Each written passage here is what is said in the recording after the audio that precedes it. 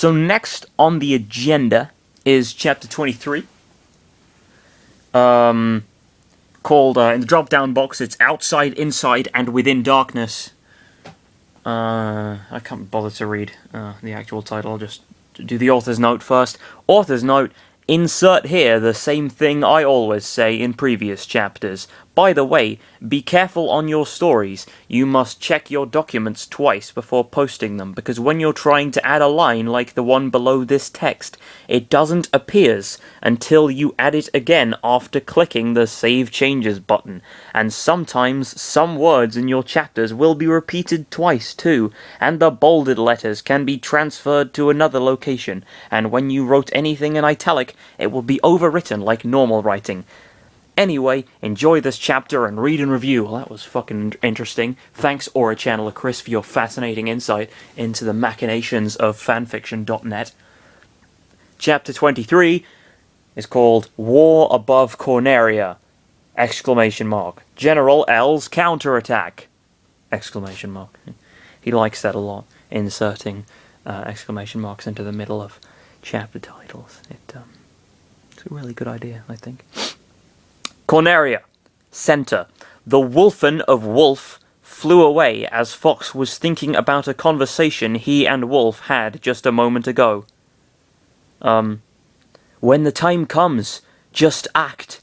He kept saying the same thing Wolf told him about to himself. What? Hey, Fox, we need to return to the Great Fox.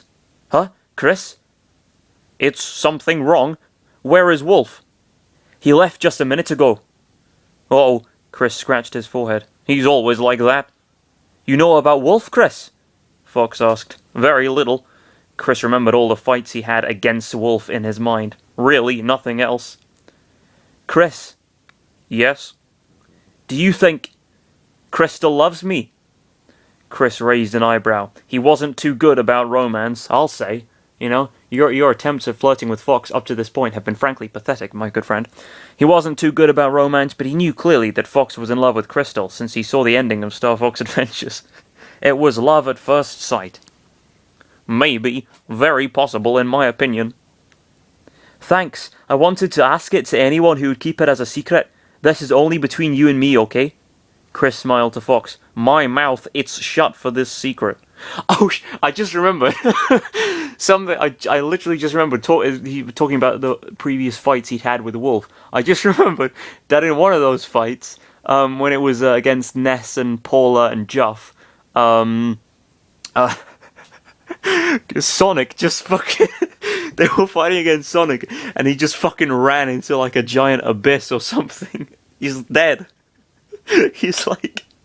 actually dead in the story. Then again, Mewtwo did drown in some vomit, and he came back, so, you know, goodness knows how they're going to pull that one off. I just remembered Sonic just fucking running off the edge.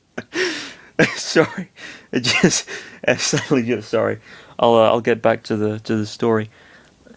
Let's return to the Great Fox then. Fox walked away behind Chris. Then Lucario came in front of Fox, and he walked to Chris. Did I miss something, Chris? Lucario asked. Why do you ask? Chris asked. I saw Fox smiling, and his eyes were closed. Chris chuckled a bit. Nothing. Let's return to the Great Fox.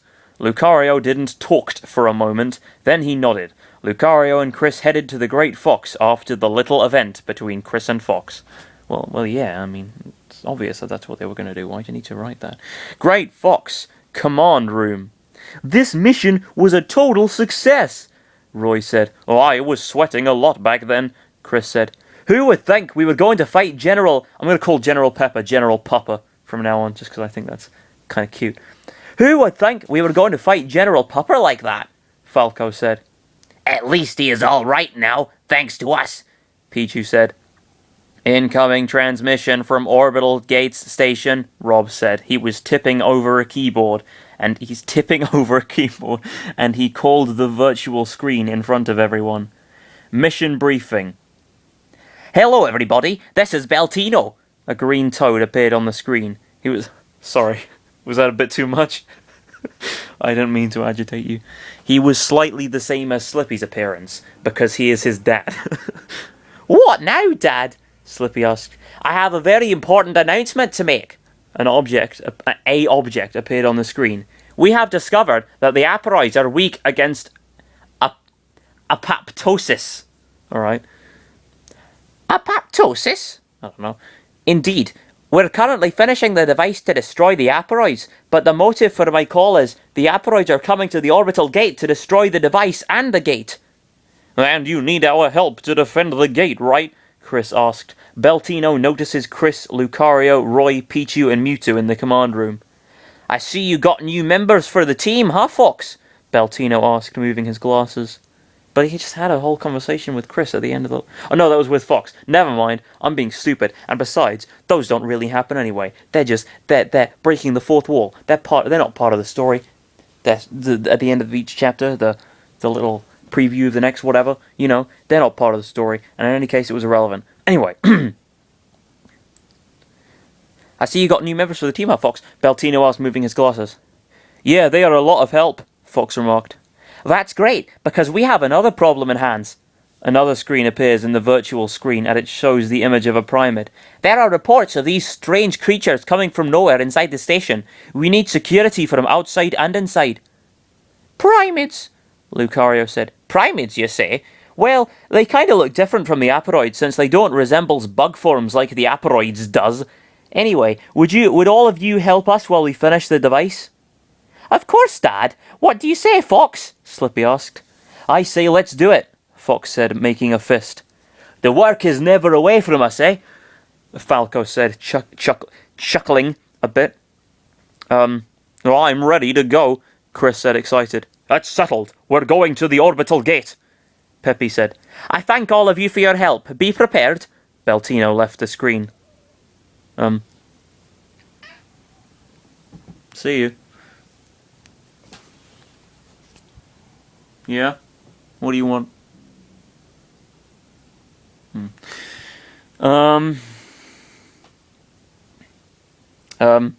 Rob, command the Great Fox to the orbital gate, Fox said. Commanding next destination, orbital gate, Rob said. The Great Fox turned slowly to the space, I forgot about that, the space. Needless use of the definite article, as the ship started to fly to the orbital gate.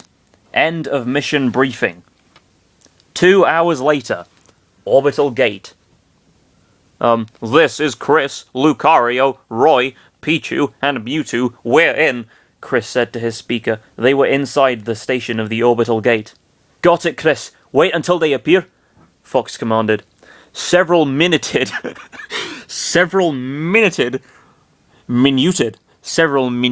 passed. There was an entire army waiting outside the station to fight the Aparoids, along with Fox and his team. Chris and the others were inside the station to fight against the Primates. Holy shit, the spelling has just gone to pieces in this part. It really has. Against the Primates. Star Fox Space Armada, fuck you. They are here, Slippy said. A huge horde of Aparoids ships came from strange purple vortexes. Everyone started to shoot them as a big war in the orbital gate was unleashed. Inside the station, Primates were appearing all around. Attack! Roy yelled as he started to run after some Bytans. What the fuck? Okay. You know what? I'm just gonna look it up. May as well. Bytans. What in the fuck is a Bytan? Bytans.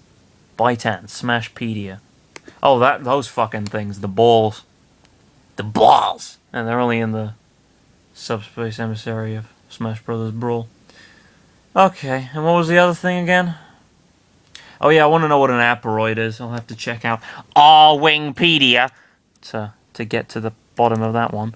Aparoids. Aparoids, okay. So, what the fuck is an Aparoid?